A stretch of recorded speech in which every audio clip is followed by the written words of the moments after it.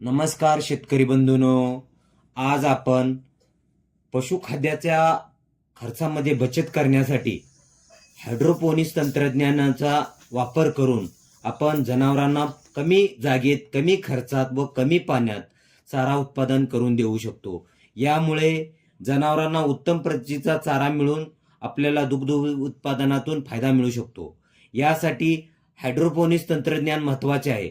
हिरव्या चाऱ्याची निर्मिती कमी जागेत व कमी कालावधीत तसेच कमी पाण्यावर होऊ शकते। दुष्काळी परिस्थिती किंवा उन्हाळ्याच्या वेळेत या हिरवा चारा जनावरांना देता येतो। ह्यासाठी 3 फुटात 3x2x3 आकाराचे प्लास्टिक ट्रे घेऊन त्यामध्ये एका जनावराला 10 या पद्धतीने ट्रे लागतात।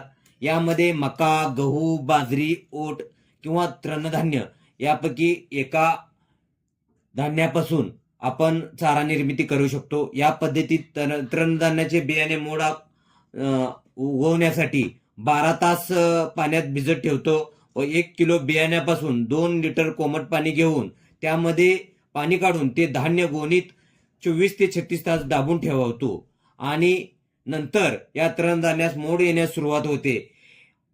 असे बियाणे एका ट्रेमध्ये 2 किलो या पद्धतीने पसरून ते ट्रे बांबूच्या चटया किंवा शेडनेटमध्ये ठेवून त्यावर फोगरणं किंवा दिवसातून 7 वेळा पाणी मारून यामध्ये आपणाला उत्तम प्रतीचा चारा मिळला जातो।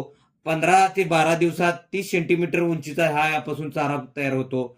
दुभत्या जनावरास 15 ते 20 किलो चारा प्रतिदिन मिळतो। अशा पद्धतीनं आपण हायड्रोपोनिक्स तंत्रज्ञान हे दूध व्यवसायामध्ये महत्त्वाचे आहे। अशाच नवनवीन व्हिडिओसाठी आमच्या चॅनलला लाईक करा, सबस्क्राईब करा। धन्यवाद।